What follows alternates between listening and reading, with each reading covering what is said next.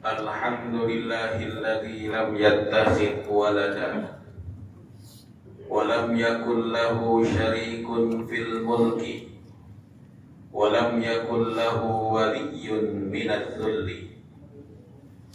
Ashhadu an la ilaha illallah syahadatan tudkhiluna darul khulud wa ashhadu anna sayyidana wa nabiyyana Muhammadan abduhu wa rasuluhu sahibul maqamil mahmud.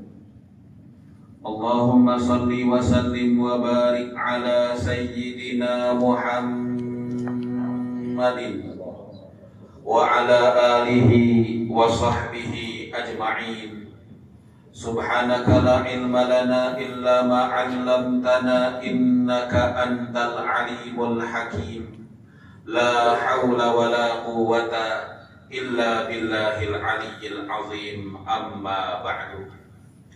Fa ya ayyuhal hadirun ittaqullah. Usini nafsi wa iyyakum bitaqwallah wa ta'atihi la'allakum tuflihun. Walaqad qala Allah Ta'ala fil Qur'anil Karim. A'udzu billahi minasy syaithanir rajim. Bismillahirrahmanirrahim. Qul huwallahu ahad. Allahus samad. Lam yalid wa lam yulad wa lam yakul lahu kufuwan ahad. Shadaqallahul azim. Hadirin jamaah Jumat rahimakumullah. Izinkanlah khatib yang fakir ini mengajak diri khatib pribadi pada khususnya serta hadirin sekalian pada umumnya untuk sama-sama kita meningkatkan ketakwaan serta keimanan kita kepada Allah Subhanahu wa taala. Sama-sama kita merenung bahwa hidup ini bagaikan garis lurus yang sekali tergores tak akan pernah bisa kembali lagi. Hidup ini akan terus bergerak dan sekali melangkah makin dekatlah kita pada satu hari. Di hari itu mulut ini akan terkunci. Kata pun tak akan pernah bisa keluar lagi. Yang berbicara adalah tangan, yang bersaksi adalah kaki. Itulah hari yang Allah ingatkan kita dalam Al-Quran. Al-yawma nakhtimu ala afwahihim wa tukallimuna aydihim wa tashhadu arjuluhum bima kanu yaksibun. Hari itu kata Allah, kami tutup mulut mereka. Yang bersaksi adalah tangan mereka dan kaki-kaki mereka terhadap apa yang pernah mereka lakukan di muka bumi ini. Karena itu Rasulullah pernah mengingatkan, bertanya pada para sahabat, yang pertanyaan itu masih relevan untuk dipertanyakan pada diri ini, pada detik ini. Apa kata Nabi ketika menguburkan salah seorang di antara sahabat yang wafat? Nabi bertanya, limithli hadza sta'iddun. Siapkah kalian untuk menghadapi kematian ini? Karena ternyata kematian bukan merupakan akhir dari perjalanan. Justru kematian merupakan awal dari sebuah perjalanan yang panjang. Sehingga Utsman berkata, innal qabra awwalu manzilin min manazilil akhirah. Kuburan itu, kata Sayyidina Umar, merupakan pos pertama dari pos-pos menuju ke akhirat. Kalau di pos pertama ini sudah gampang, maka selanjutnya Aisar akan lebih gampang lagi. Tapi jikalau di pos ini sudah susah, maka pos-pos berikutnya akan lebih susah. Dan ternyata kematian tidak pernah nunggu kita siap, tapi justru kita harus selalu siap kapan kematian menjemput kita semuanya. Jamaah Jumat rahimakumullah, kalau kita buka Quran, dari 124.000 nabi, 313 rasul, ternyata tidak satu pun yang dijelaskan bagaimana kelahirannya. Yang hanya dijelaskan tentang kelahirannya adalah Nabi Isa alaihissalam. Bahkan Allah secara detail menjelaskan bagaimana mulai pembuahannya. Maryam didatangi oleh malaikat Jibril. Lalu Maryam harus keluar dari kota Yerusalem karena mendapat tekanan batin, dihina dan diolok oleh orang-orang yang ada di Yerusalem. Sehingga Maryam ketika melahirkan Nabi Isa alaihissalam akhirnya harus menyempi, bersandar di pohon korma seraya berkata, ya laitani mittu qabla hadha wa kuntu nasyam mansiya. Ya Allah, lebih baik aku mati daripada menanggung berita seperti ini. Sehingga kalau aku meninggal dunia, aku tak akan pernah diingat dan pasti dilupakan oleh orang-orang. Mohon maaf, ungkapan ini bukan ungkapan keputusasaan dari seorang Maryam yang merupakan wanita solehah. Tapi Maryam merasa sedih gara-gara dia melaksanakan perintah Allah. Ternyata fitnah muncul. Banyak orang yang akhirnya yang tidak punya dosa justru punya dosa pada Maryam dengan mengguncingkannya. Maryam orang yang soleh, sehingga melihat manusia dengan pandangan rahmat, dengan pandangan kasih sayang. Dia tidak mau orang berbuat dosa karena dia orang punya dosa karena apa yang dia alami. Sehingga dia katakan, wa kuntu nasyam mansiya fa aja'ahal makhadu ila jiz'in nakhlah.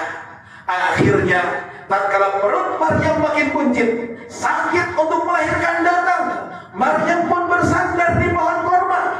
Lalu Maryam membutuhkan makanan dan minuman untuk dia melahirkan. Allah SWT ternyata tidak pernah memberikan rezeki langsung ke mulut manusia. Maryam yang merupakan pilihan Allah untuk mengandung Maryam tidak disuapi oleh Allah SWT. Tapi Allah perintahkan, wa huzzi ilaiki bijiz'in nakhlah tusaqit alaiki rutaban janiyya. Maryam, kalau engkau lapar, engkau haus, kau butuh makanan, engkau bersandar di pohon korma, goyangkan pohon korma tersebut. Kalau sudah goyang, tusaqit alaiki rutaban janiyya, maka rutab korma basah akan jatuh. Itulah ternyata segala sesuatu harus ada usahanya. Tapi usaha pun tidak cukup karena harus dibarengi dengan doa kepada Allah Subhanahu wa taala. Jamaah Jumat rahimakumullah, lihatlah ternyata menurut surat Maryam ini, Nabi Isa dilahirkan oleh Maryam saat korma sedang berbuah. Rutab korma basah hanya ada di musim panas, bukan di musim dingin. Maryam melahirkan Nabi Isa di bawah pohon korma. Ternyata itulah konsep Al-Quran yang menjelaskan detail. Kalaupun ada yang berbeda pendapat dengan konsep Al-Quran ini, silahkan dengan pendapatnya dan tidak boleh kita memaksakan mereka. Saudara-saudaraku, andai kata kita datang ke kota Yerusalem, kota yang merupakan tempat kelahiran Nabi Isa versi bukan Al-Quran, ternyata di halaman gereja kelahiran Nabi Isa alaihissalam ada sebuah masjid yang dinamakan Masjid Umar bin Khattab radhiyallahu anhu. Masjid ini tidak diperbesar, tetap kecil seperti semula, tapi tempat berada di pintu keluar gereja. Kenapa kau di pintu keluar gereja ada masjid? Imam As-Suyuti dalam Tarikhul Khulafa menjelaskan, Sayyidina Umar bin Khattab melakukan ekspansi pada masa khilafahnya. Salah satu ekspansinya adalah ke Syam, ke Romawi. Syam ditundukkan, lalu belok ke Palestina. Palestina ditundukkan tanpa ada peperangan, sehingga Umar bin Khattab langsung mendapatkan fight. Saat Palestina ditundukkan, uskup yang menjadi wali kota Palestina menyuruh Sa'ad bin Ubadah untuk memanggil Umar untuk menerima kunci di Old City of Jerusalem. Umar datang melihat tempat Rasulullah Mi'raj di Masjidil Aqsa. Lalu Sayyidina Umar dibawa ke beberapa tempat. Salah satunya adalah ke kota Yerusalem. Ditunjukkan oleh uskup tentang tempat kelahiran Nabi Isa versi mereka. Umar masuk melihat tempat tersebut.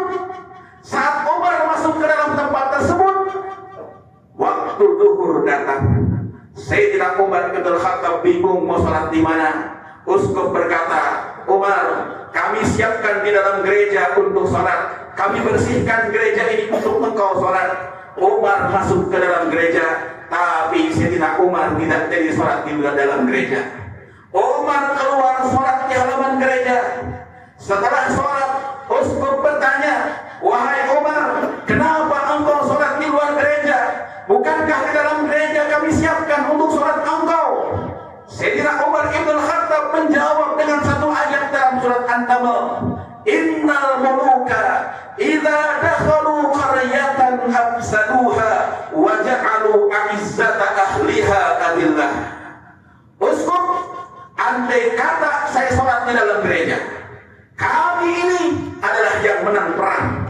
Saya ini adalah pemimpin pasukan yang menang perang pada kesempatan ini.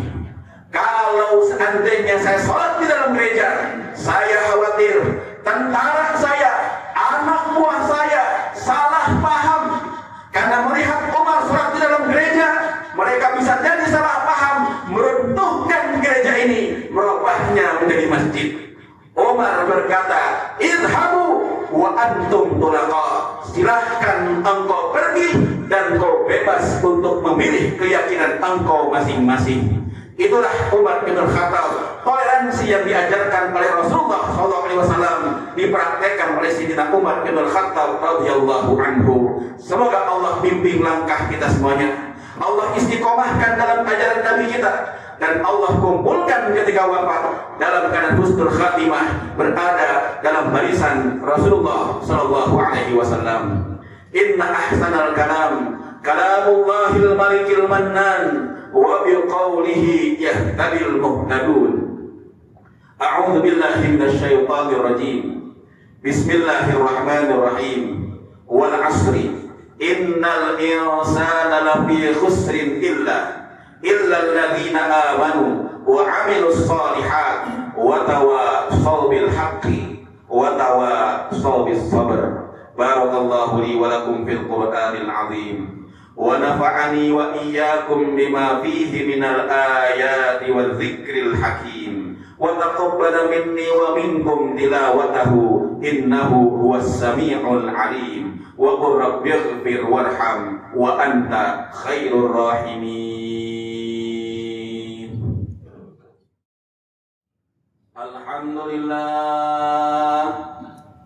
Alhamdulillah hamdan katsiran kama amar. Ashhadu an la ilaha illallah wahdahu la syarika lah irghaman liman jahada bihi wa kafar. Wa ashhadu anna sayyidana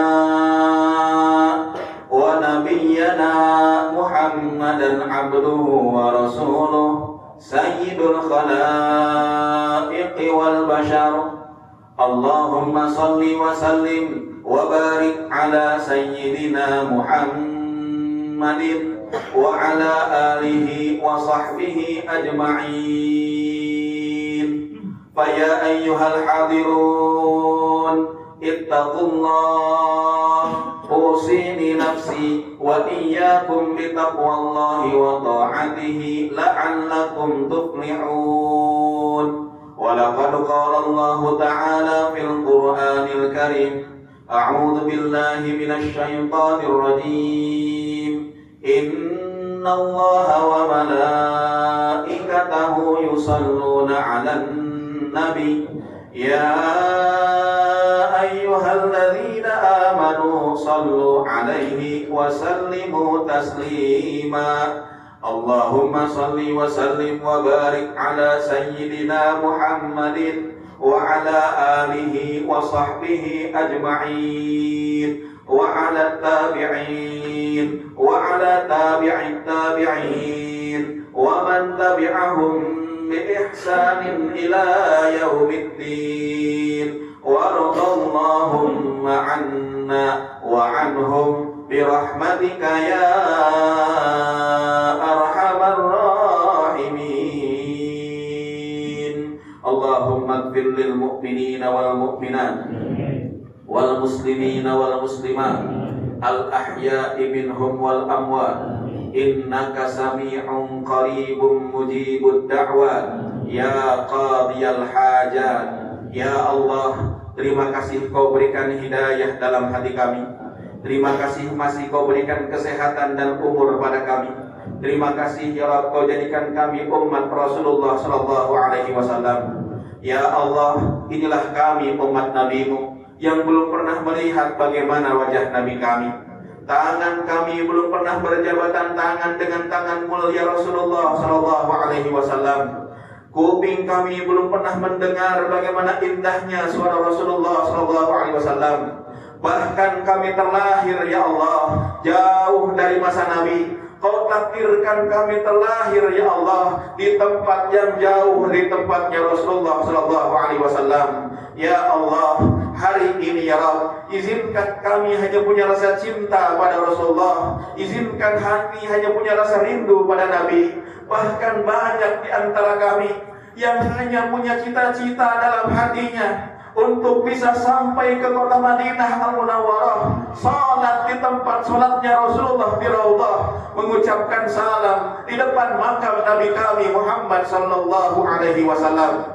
Ya Allah, di hari Jumat yang agung ini, izinkan Kau sampaikan salam rindu kami pada Nabi kami, salam cinta kami pada Rasulullah sallallahu alaihi wasallam. Assalamu alayka ya Rasulullah, assalamu alayka ya Habiballah, assalamu alayka ya Safwatallah. Ya Allah, di hari Jumat yang mulia ini, perkenankan kami bersimpuh di hadapan Engkau. Kami sadar sunnah Nabi kami sering kami tinggalkan, ajaran Nabi kami sering kami lupakan, hidup kami bergelimang kemaksiatan. Hari ini ya Allah, perkenankan kami tengadahkan tangan memohon ampunan pada diri-Mu ya Allah. Sudilah kiranya Kau ampuni dosa-dosa kami, perkenankan Kau maafkan segala kesalahan kami. Ya Allah, hidup kami yang akan datang bisa jadi tak akan pernah lebih lama dibandingkan hidup yang telah kami lampaui ya Allah. Karena itu kami mohon bimbingan-Mu agar sisa hidup kami bisa bermanfaat untuk agama-Mu. Keberadaan kami di muka bumi ini ya Allah, yang mungkin tak akan lebih lama dibandingkan yang telah kami lampaui, bisa membawa maslahat untuk umat Nabi-Mu, sehingga tatkala kami wafat meninggalkan dunia ini, Kau wafatkan kami dalam keadaan husnul khatimah, dan Kau kumpulkan kami dalam barisan Rasulullah sallallahu alaihi wasallam. Allahumma rabbana ighfir lana dhunubana wa liwalidina warhamhum kama rabbawna shighara. Ya Allah, adanya cinta dalam hati kami pada Rasulullah, adanya keimanan yang tertanam dalam hati kami, yang menanamkan pertama kali adalah sosok ibu dan bapak kami ya Allah. Ya Allah, kami bangga menjadi putra-putri mereka ya Rabb. Dengan kesabaran mereka, mereka bimbing kami ya Allah. Bahkan apa yang kami dapatkan sekarang tidak lain bisa jadi karena doa-doa mereka, karena usaha-usaha mereka. Orang tua kami begitu besar pengorbanannya, sampai-sampai banyak di antara ibu dan bapak kami yang dalam hidupnya belum sempat sujud di tempat sujudnya Rasulullah di Raudhah, belum sempat datang ke Mekah munajat di depan Ka'bah. Bukan mereka tidak mau haji ya Allah, bukan mereka tidak mau umrah ya Allah, tapi mereka berkorban demi kami anak-anaknya ya Allah. Dengan sabarnya ya Allah, ketika kami kecil, mereka dengan sabar membangunkan kami subuh. Bahkan satu subuh ketika kami susah bangun, tiba-tiba bapak kami datang dengan cipratan air ke muka kami ya Allah. Saat diciprati air, kami marah pada orang tua kami. Sekarang kami rasakan, kalau bukan karena cipratan air bapak kami, bisa jadi tak akan pernah ada keimanan dalam hati kami ya Allah. Di hari Jumat yang mulia ini, izinkan kami munajat untuk kedua orang tua kami, khususnya yang telah tiada meninggalkan dunia ini. Kami mohon padamu ya Rabb, jadikan kubur mereka raudhah min riyadil jannah. Ya Allah, orang tua kami yang masih ada, mereka sudah tua dan kadang-kadang sakit-sakitan. Kami mohon padamu, izinkan Kau jadikan sakit mereka kafarat akan dosa-dosa mereka ya Allah. Andai satu hari nanti Kau wafatkan orang tua kami, tak kuasa kami anaknya menolak, namun izinkan kami meminta pada Engkau Zat yang Maha Mendengar, sudilah kiranya Kau wafatkan orang tua kami dalam keadaan husnul khatimah. Allahumma a'izzal Islam wal muslimin wa ahlikil kafarata wal musyrikin, dammir a'da'aka a'da'ad-din wa a'li kalimataka ila yaumiddin. Allahumma anfa'anna al-bala wal waba wal fahsya wal zalazil wal mihan ma dhahara minha wa ma batan min baladina hadha khasah wa min jami'il buldani 'amah innaka 'ala kulli syai'in qadir. Rabbana atina fid dunya hasanah wa fil akhirati hasanah wa qina 'adzabannar.